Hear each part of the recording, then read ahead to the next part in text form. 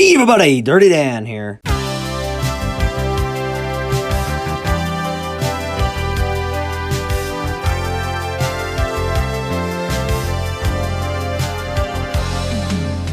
So in today's video, we'll be talking all about sea liners. There's quite a few to talk about, so let's hop right into it. Starting from the left, we have the New Haven Sea Liner. I got this locomotive quite a while back, and honestly, I think it was one of my first sea liners ever. I really like the scheme on this one. It had a lot of mechanical issues when I had first got it, and it's actually a locomotive I had learned to solder on, as one of the copper contacts had lost contact with one of the wires as it snapped off, and that's how I learned to solder. Up next, we have the pair of Lackawanna Sea Liners. One's a dummy, one's a powered. I've got to be honest, this is probably one of my favorite schemes they were made in. Just the colors, the gray, it looks so good.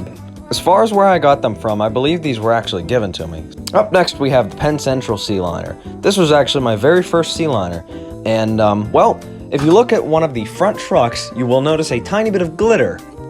That actually came from the original shell, which has been taken off and replaced with the current one.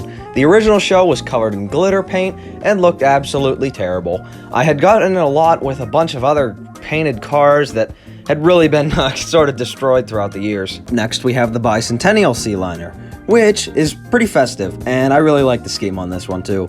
Up next is none other than the Santa Fe Sea Liners. Not much to say about these ones, except that they're two different ones. They're slightly different red, and that really bothers me. Up next, we get the Pennsylvania Sea Liners, which there's one powered and one dummy. So, it's a pretty matched pair. Next is one of the, well, worst condition out of all of them. The Reading Sea Liner is missing an entire motor, and, well, it needs quite a bit of work. I have a spare motor, haven't gotten around to installing it yet, but that will be soon. Up next is another one that I got pretty early in my collecting days, the Cigar Band Sea Liner.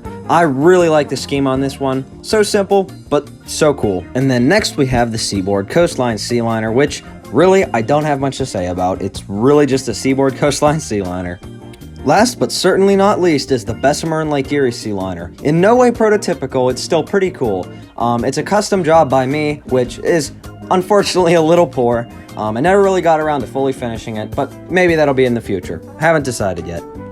And that about wraps it up for all the talk of sea liners. And I think it's about time we do that section of the video where I run stuff.